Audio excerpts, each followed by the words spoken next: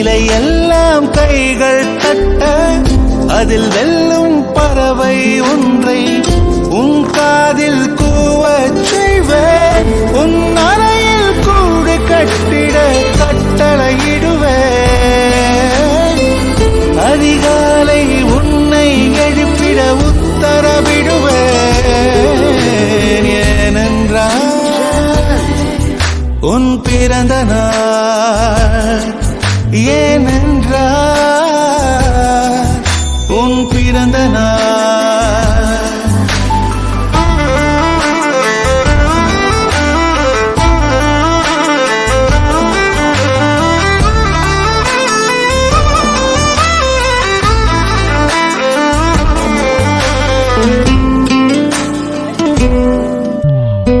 மலையுச்சி எட்டி பனிகட்டி வெட்டி உன் குளியல் தொட்டியில்